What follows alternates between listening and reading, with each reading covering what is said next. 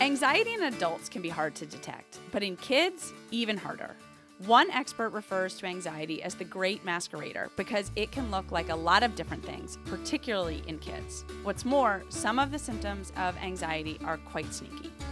You may write them off as a phase or a behavior issue or even a prolonged illness, but in fact, it could be how anxiety is manifesting in your child.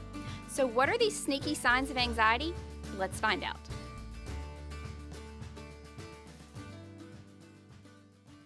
So today's topic was your idea, Carolyn, which sounds like I'm like blaming you. I'm not. But what's interesting is as when we got into it, I was like, gosh, this is like really like Hits home? Well, you're kind of in the throes of it, or have been. Yeah, absolutely. Like, you're kind of living it. I am. I like very much living this. And it makes a lot more sense when you're able to look back on it. So I think maybe that's why I had the idea, but I'm in it. You're getting it. Yeah, but it has been diagnosed and now as you look back on what you can, it all makes sense. Exactly. But there's a lot of signs when it comes to anxiety in kids that you think they're bad behavior, or the kid's just being a brat, or Yep. And when you understand, or they're just particular. Yes. Or they're just shy or something. Right. When you understand that it's really anxiety and why it's happening, like, it makes perfect sense. And anxiety looks completely different in kids than it does adults. Yes, like completely different. But also, even though I've seen it firsthand, even going through this, this list of some of these sneaky signs, I'm like, gosh, if I had known these sneaky signs, I would have identified it, I would say, without a doubt, 18 months sooner. Yeah. I'm like, why aren't we telling parents this? Like, why isn't this in Parents Magazine? Or like Yeah. Why aren't like pediatricians talking about it? Not that they're going to have anxiety the first year, but I Right. wish I'd known these signs. Like, it's not just my kid being difficult. Right. You know? Exactly. It's anxiety. So, we felt it was important to share it with you. We're not going to talk about anything nutrition specific necessarily in this episode, but of course there is a nutrition component to anxiety. I think this is more based on the research we did for this, but also our experience in like Absolutely. not recognizing anxiety in our kids ourselves, and in hindsight being like, Absolutely. I wish I'd known that. Now, there is, though, at some point in the podcast, like later on, we're going to talk about the 4 potential different causes of anxiety. And there is one component that we didn't get into the nutrition of it, but there's a very strong relationship to nutrition. Yeah. Okay, so let's just start with what is anxiety? Because, and what I learned in preparing for this podcast is, several articles pointed out there's fear and then there's anxiety. Yes. And both are normal. Yes. Yeah. Like a little bit is okay. Yes. And it's natural. Like inflammation. Yes. Sorry, I had to say it. Thank you. Like a little bit is okay, yes. But a lot bit that persists is not. Yes. So she's much so anxiety. Distracted now that I brought up threw inflammation. Me totally off. Yeah. So, yes, if there's too much anxiety or it starts taking over daily thoughts and stuff, that's when it becomes a problem. Right. But it's an emotion. It's characterized by tension, worried thoughts, and whether you realize it or not, there's going to be some physical characteristics, even if you don't necessarily, it may be like an increase slightly in heart rate or blood pressure or that kind of thing.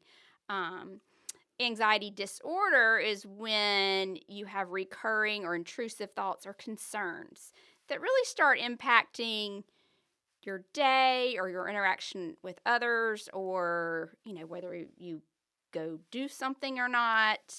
Yes. Kind of thing. Exactly. What I also found interesting was a physician described anxiety in one of the materials that we were reading to prep for the episode as a great masquerader. And what do you mean by that? So that it can look like a lot of things. Oh, yeah. this, I guess, kind of segues a little bit into the sneaky signs, but that it can, like, especially with kids when they can't express their feelings, or like whether or not maybe they aren't talking, but more like it's just harder for them to come with the Well, words even to grade express their school feelings. kids, Yeah, it's hard. I mean, exactly. to figure out how to express your feelings. That, that their anxiety can then present in different ways, Yeah. right? And there's also that connection, which we might talk about a little bit later, where there are other conditions that can be that Coexist. Thank you. That's the word I was looking for. Yeah. Coexist. Yeah. Yeah. Okay. So there was, just to quickly share the prevalence of this, a study of more than 10,000 kids interviewed by trained professionals shows that more than 30% had developed an anxiety order sometime before they were 18. I'm going to say that's significantly more than 30%. Oh, yeah. Like the real number is Yeah. probably more than 30% for Yeah. sure. Yeah. I would think so, because I mean, yeah. Yeah. What was really sad, though, is the same study showed that 80% of the kids with anxiety do not get treatment. Yeah. And so what's scary to me about that is you just learn coping skills, which and potentially often aren't unhealthy healthy. ones. Yes. Yeah. Or, Well, and then the other thing, though, too, is that so it might present in younger kids, right? And then maybe it subsides, or even with treatment, and then it can come back in the teen years. It can come back in adulthood. So it's definitely one of those where there is value in doing some type of treatment so that there are, like, healthy coping mechanisms. There's ways to identify it, and so when it rears its head later in life, Yeah. if it does, that you at least have some skills under your belt. The child does, too. Yeah. Yeah. Yes, sorry, that's what I meant. The child does, and just in general awareness. Yeah. For sure. Okay, so those sneaky signs. And these are ones that I don't think are, like, obvious. No. Super obvious. Sneaky being very much the key word here. Yeah. So, number 1. Eating more or less than usual. Yeah. Which, I mean, who doesn't use food to cope? It's true. Times? Or lack thereof. Yeah, you're one of those who doesn't eat. Mm-hmm. I wish I could be like that. I'm sometimes. a non-eater. I just can't do it. I just can't do it. Yeah. So, eating more or less than usual. Okay, number 2, complaining about stomach aches or headaches or other physical problems. Yes. Gosh, this was my younger brother to a T. I mean, Really? almost, yes, John, and probably no one from the outside appearance would have known it. But I mean, starting in grade school, even going up through, like, maybe early high school, like, every morning he had a stomach ache. Oh. It was just like, you get tired of hearing the same old thing. I'm the older sister, 10 years older, and I'm like, oh my gosh. You're like, here we go again. Yeah. But it was anxiety, and of course, my mom at the time didn't think to that. She took him to the doctor from time to time, and they'd be like, oh, everything seems fine, Yeah. But stomach aches. And I will say another thing that kind of ties into the physical problems that you have seen, and I feel like maybe I've seen this some with my daughter a little in the past, is going to the bathroom frequently. Oh. Frequent. Yep. Yeah. Yes. Yeah. Absolutely. Yeah, I think that's one where you really kind of need to know. You need to know that anxiety can present itself that way. In fact, otherwise you might think they have, like, a UTI or some stomach bug or who knows what. We had it written into her 504 plan. Oh, in you middle did? school. Because in middle school, they think if you're asking to go to the bathroom a lot, you're just Right. trying to get out of sitting in class. Right. So it was in there that she may have to go to the bathroom more frequently. Interesting. Yeah. Huh. I'm sure she'll love me sharing that. Yeah, she will. Yeah. I'll be hearing about that later. Yeah. Number 3. Being very self-conscious or being hard on themselves. So I thought this was really interesting. Both were surprising to me, but particularly the being hard on themselves part was surprising to me. So, like, kids might worry about failing or looking bad in front of other people, which was, absolutely is one of my daughters, like even now. But then the flip side too is that they could have like low self-esteem and say mean things about themselves. And that I really I never associate that with anxiety ever. But I can see it now. That definitely shows up in her on occasion, not with great regularity, but yeah. Yeah.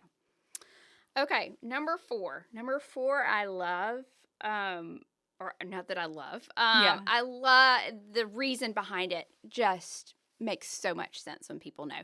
Number 4 is irritability or very quick to get angry. Yes. To get angry or having a temper seems like a short fuse. Yes. Yes. And children will often seem irritable while they're trying to process these emotions. Yeah. This anxiousness. Yeah. And a lot of times one of the specialists or one of the doctors in some of the content we were reading said kids appear to have a low frustration tolerance. Yeah.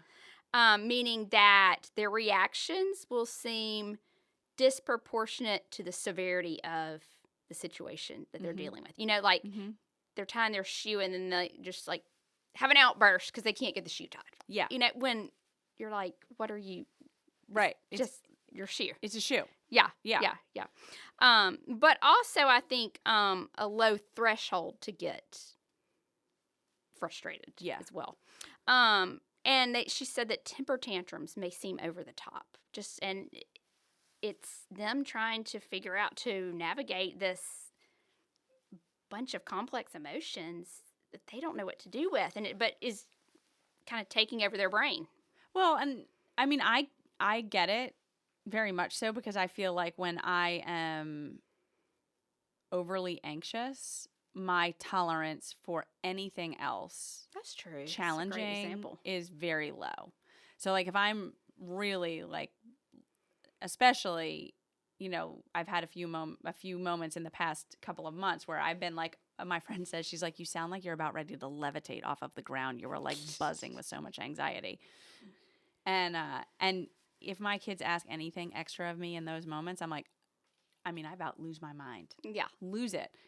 No reason to, but I have like, there's no capacity for anything else at that point. Yes. So I get it with the kids. And again, they don't necessarily have the capability to be able to even say what's going on. Like I'm freaking out over my shoe because my mind is freaking out about whatever else. Yeah. Okay, number 5. Disrupted sleep. Which I have to say, if there's disruptive sleep, I would wonder if that is only going to fuel the anxiety even more. Sure. You know what I mean? And this can relate to like not being able to fall asleep, waking up in the middle of the night. Just any kind of disruption to their normal sleep. Yes. Yeah. But I do think that that's one that, especially depending on the age of the kids, is really can be challenging. Yeah. Like if you think about teenagers, like that sleep in, was it because they didn't sleep well at night and that's what's going on? Or when they're younger kids, like why are they getting up so early in the morning? That kind of thing. Yeah. Okay. Number 6, extreme worry about sleeping away from home or even like going on trips away from home, even if it's with you, the parents. Yes. We absolutely experience even if this. it's a fun trip. Right. Like to Disney or something, just the unknown can cause some anxiety. Well, and that being like in my house, there's that element of like not being in their what feels like a safe, comfortable home environment. Yeah. Which is, I hear you. Yeah, you're right. It definitely goes with the unknown part, but yeah. All right, number 7. Number 7. Shyness. Yeah. So from a younger kid perspective, it can mean like clinginess. Yeah. And like separation anxiety is a form of anxiety. Yeah. But in school-age children, you may not necessarily call them shy, but what this may look like I feel like it's the same kind of thing, is trouble participating in class activities Mm-hmm. or with their peers, Mm-hmm. or choosing to sit out of fun activities, Mm-hmm. like not really wanting to go to the birthday party. Yeah. You know? Yeah. And they say actually kids opting to like not participate in these kind of things, or is really kind of the number one behavioral symptom Yeah. that you often see. Avoidance, just avoiding. Avoidance, Yeah. yes. Avoiding. Yes. Avoiding talking to people, or avoiding interacting, or avoiding Yes. going to the birthday party. Exactly. Yeah.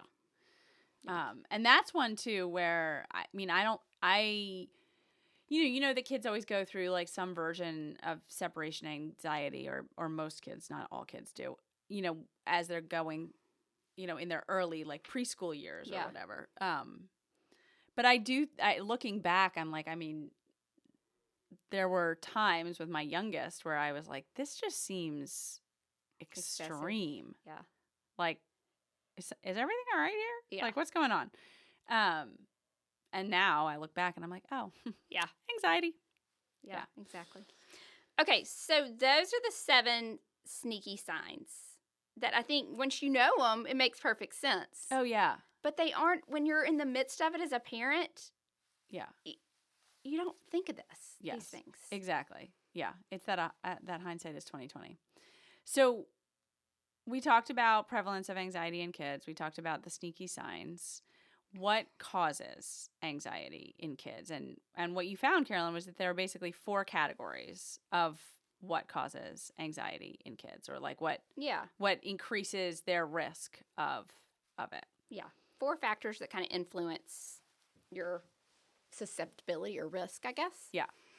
So genetics, inheritability. That's such a weird word to me. Yeah. But you have about a 30% chance if you have, or one study found that if a parent has anxiety disorder, that there's a 30% chance that the child will. Another study says it's more like 30 to 50%. Yeah. What I also found interesting is a study said that the younger the person is when they get anxiety or depression, the more likely it is to be hereditary. Yeah, that's fascinating. Yeah. Which really, shows really there's a strong genetic component there. Yeah. Well, and also if you're seeing it if you're seeing some of these signs in your kids, and you have any family history, it's really worth exploring. Yeah. I mean, and in this day and age, who doesn't have some family history? True. Good point. So the other one, this one, truly, I feel like we should have saved this one for last, because this one really blew my mind when you were telling me about it. Really? Yeah, I was not expecting it at all. So learned. Anxiety can be learned. Yeah, so kids may start mimicking anxious behaviors when they're around anxious people. Mm-hmm. They see, an anxious person and how they're acting and reacting, and they can start mimicking that. It says children also may develop anxiety around something after they see a parent or caregiver show fear or, just worry around that thing. Yeah. Yeah. You know what's interesting? We have a little bit of that in our house around tornadoes. And we've worked through it. But my oldest, has gone through phases where she gets very anxious about whenever we have a tornado warning. Like, what's the likelihood? Like, do we have, the space under the stairs set up and all that? Well, it stems from her dad, who actually got it from his own parents. So it's like this, it's just like fear, like fear, his like worry and fear around like a tornado had like instilled this like anxiety in her. And like I said, we like have worked through it, but I'm like, now that you're explaining it to me, I'm like, yeah, that makes total sense. Yeah. Yeah. Well, I mean, they pick up on everything, and yes. Yeah. Yeah. Okay. 3 is the third potential cause is environmental. Okay, and this one may kind of be obvious, but after any kind of stressful event, I mean, extreme like abuse, bullying, or death of someone they know, but also illness, whether it's their illness or maybe a parent sick, frequently changing homes or changing schools, or just, I would say, instability in the home or school environment. Yeah, absolutely. Okay. All right, and the fourth one is biological, and this is where there probably is a nutrition component. Yeah. So, do you want to explain this one? Yeah, and I feel like this one kind of goes along with genetic, but biological goes back to the neurotransmitters. Basically, you are, if neurotransmitters aren't sending the right messages at the right time, to the right places. To the right places. There's a lot that's got to go right. And there are a lot of things that can go wrong. Yes. That can make kids more biologically prone to being more anxious. And that's, that's going to kind of go back to genetics somewhat. Yeah. But also nutrients. There's some key nutrients that you need. Absolutely. For neurotransmitter production and function. Yes. And that's where I feel like when we've talked about, like when we did way back in season 1 or season 2, I can't even remember, when we did the one on preteen and teen mental health, we talked about some of the studies about like the importance of nutrients in their brains. So definitely. One other thing that I learned that I was not aware of, there's a recommendation out there that anxiety, if it's not treated, will slowly get worse. So because of that, and it's a little more common in females as well. So because of that, experts now suggest that all girls aged 13 and older be screened for anxiety during routine health exams. Which I did not know that. I had no idea. I will absolutely, I mean, I'm not there yet with my kid's age, but I will absolutely be asking our pediatrician about it. I mean, I think that's important, and that is a really crucial age in both, boys and girls. But that is just wild to me. One other thing, and I think you may be a little, but I definitely is a lot of times you will find anxiety coexisting with other things like ADHD, autism, some of your other depression, those kind of things. And it can be really hard, like, to tease out, okay, what is the anxiety and what is the ADHD? Yes, particularly with those two. Yeah. Yeah, because one sign or symptom that we didn't mention is like an anxiety in kids can look like an inability to focus or pay attention in class, and it can even cause kids to maybe not have such great grades. Right. And it looks like maybe ADHD from the teacher's perspective. Right. But it may be anxiety. It may be both, but really kind of teasing out what's the root issue here. Yeah. Well, and also too, depending on the kid and school, like where they are in school in terms of like what the school workload is. Like if they have ADHD, they then might be anxious because it's hard for them to keep up with like just like the general like schooling or like that sort of thing. So that's where it gets even more complicated. That's what we had is ADHD, and not being on the proper medication led to more anxiety. More anxiety. Yeah. But I think you kind of had the opposite. Yeah. Exactly. So it was key for you to go to therapy, and I don't know if you do medication or not for the anxiety, where it was more key for us to do get on the right medication for ADHD and some therapy, and that naturally subsided. Yeah. Yeah, no, we're right now just doing therapy, which is a big, I mean, when Your it comes girls to love it. They love it. I love it. Mine love it. They love it. Madeline would go over. She asked me to book her a 2-hour appointment next time. I was like, no. No. I mean, yes, but I mean, this is not social hour here. Yes. Sorry, I need not parent your child. No. That was unnecessary on my part. But parent her any day. But the thing about anxiety in kids is that the recommendation is really like therapy and if needed medication as well. But I really feel very confident that both of my girls, but especially my youngest, has like really learned some great perspective on like her anxious thoughts and coping mechanisms, like healthy coping mechanisms. Yeah. That's great. So was it hard to get them to go? Were they open to it? It was hard to get Etta to go. She doesn't open up to many people. First, she does not. So it was hard to get her to go at first, but once we got through the first session, she was fine. Yeah. It was more the unknown of who this person was and what we were going to be talking about and all of those things. Exactly. Yeah. Yeah. So, but Holland, no. And now Etta actually requests to go more often than Holland does. That's funny. Yeah. Mine were a little older than yours when they started, and I had pushback from both, particularly Madeline. Yeah. My oldest. And so the way I got her in the door was, we're doing this as a family. Yes. Even though we didn't really stick with this. This is We're doing this with a tip. family. And at the time, her brother was going through some really hard stuff. And I was like, I need you to come. Please do this for your brother. And she will do anything for him, you know. And so I was like, please do this. So that got her in the door. And then she realized once we got there, she just gets to sit there and talk about herself and her life. Yeah. And so then she was like, can I come back by myself?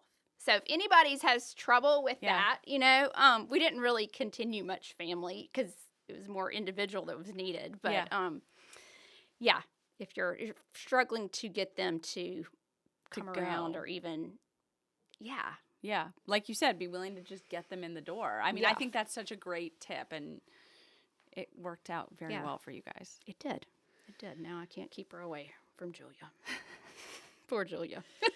So very thankful for therapists. Really, really. So, well, we hope that's helpful. And I mean, we didn't really give you treatment options, but I feel like you have your resources. You have your pediatricians. You know, if you go to a therapist yourself, you can consult. You can ask another trusted mother who probably has dealt with this, you know, for their resources. But we felt it was more important to share these symptoms that aren't so obvious. Yeah. I just, hopefully it raises awareness for people, for parents. And yeah, I mean, I also want to add too, like, our pediatrician is fantastic. I love her, but she knows that both my girls go to therapy, and she has no hesitation at all now to be like, I feel like this is like more like the therapist department. You know, she says it in a different way, but you know, it's like, they're not trained as like, you know, a lot in mental health. So once you get those resources, like, you kind of quickly see like the advantage of them. Yeah, exactly. Okay. Anyway. Well, I hope people find this helpful. Maybe we're catching some moms who have young kids, and they can go through some of the stuff we went through and figuring it out, or hopefully find it a little helpful. Exactly. And know too that like it can come back in teenage years. Oh yeah. It will. It will. It comes back. Yeah. But, you know, I don't think either of us gave our kids much of a shot genetically to begin with. No, genetically, I am so sorry. I almost wish I never knew about that genetic connection. Sorry, kids. Okay. Well, we will talk to y'all next week. Bye. Thank you so much for joining us for the Happy Eating Podcast. I'm Brierley Horton. And I'm Carolyn Williams. If you liked this week's episode, then don't forget to rate and leave us a review on iTunes. And be sure to hit the subscribe button so you'll never miss a new episode. We can't wait to have you back at our table next week for a brand new episode. Bye. Bye. The contents discussed in the Happy Eating Podcast, such as advice, studies, text, graphics, images, and other material discussed or presented on the site or podcast, are for informational purposes only. Content is not intended to be a substitute for medical advice, diagnosis, or treatment. Always seek the advice of your mental health professional or other qualified health providers with any questions you may have regarding your condition. Never disregard professional advice or delay in seeking it because of something you have heard on the Happy Eating Podcast. If you are in crisis or think you may have an emergency, call your doctor or 911 immediately. If you're having suicidal thoughts, call 1-800-273-TALK, that's 8255, to talk to a skilled trained counselor at the National Suicide Prevention Lifeline. If you are located outside the United States, call your local emergency line immediately.